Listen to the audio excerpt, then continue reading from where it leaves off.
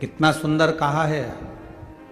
सोमवार का उद्यापन कर लो, एकादशी का उद्यापन कर लो, संक्रांति का उद्यापन कर लो, अधिक मास का उद्यापन कर लो, छठ का उद्यापन कर लो, तीज का उद्यापन कर लो, चतुर्थी का उद्यापन कर लो।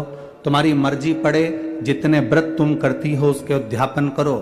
पर शास्त्र कहता है उस उद्यापन में घर के लोगों को नहीं गिना जाता। उस उद्यापन में सौभाग्यवती माताएं जो तुम्हारे नगर की हों, मोहल्ले की हों, जो तुम्हारे परिवार की नहीं दूसरी हों, उनको उस उद्यापन में गिनो। उसका कारण क्या है कि परिवार वाले तो जिंदगी भर खाते रहते हैं, तुम्हारे यहाँ हर कभी आ जाते हैं, तुम उनको बुला भी लेते हो, खिला भी देते हो, दे भी देते हो। परिवार को दिया दान नहीं कहलाता। जब दूसरी कोई सौभाग्यवती नारी तुम्हारे यहाँ उद्यापन में भोजन कर कर जाएगी तब वो दान कहलाए।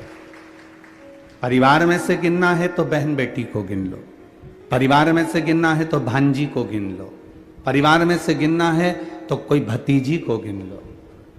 पर हमने हमारी 4 जेठानी है, चारों को हमने उद्यापन में गिन लिया।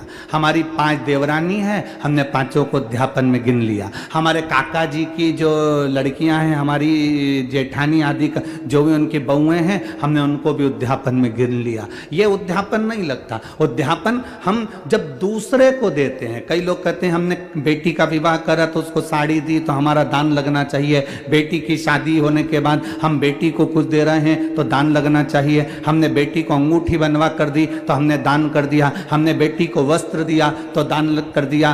कौन सी पुराण में लिखा है कि बेटी को आप कुछ देते हो तो दान कहलाता है? शिव महापुराण की कथा कहती है बेटी कभी तुमसे दान नहीं लेती, बेटी तुम्हारे घर में आती है तो अपना हक लेकर जाती है, हिस्सा लेकर जाती है, दान कभी लेकर नहीं जाती। दिया एक आध दिन काले कोट वाले भैया को लेके आ गई ना, अगर एक दिन आ गई ना काले कोट वाले को लेके, फाइल माइल सब लेके, उस दिन फिर तुम जी जी जी जी करते रहोगे।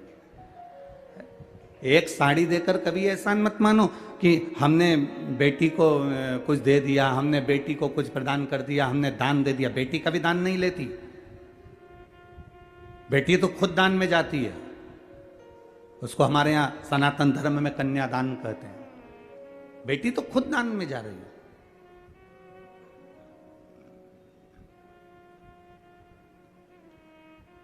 हमने बेटी को ये सामान दे दिया, दान कर दिया। शिव महापुराण कहती है ना ना ना, अब दूसरे को दिया गया दान है, दूसरे को प्रदान किया गया पुण्य है। अपने का क्यों नहीं लगता? बहन बेटी हो तो उसको दो, मना नहीं, हम मना नहीं कर रहे। भांजी है तो उसको दो, मना नहीं कर रहे।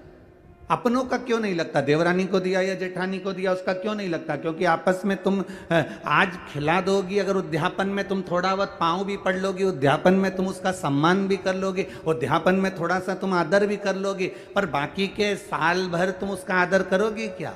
अंदर से ना जाने कौन कौन सी बात पे दिन भर कुड़ती रहोगी अंदर बैठी बैठी। तो ये पुण्य कहां से लग गया? ये दान कहां से लग गया? दान अनायासी होता है।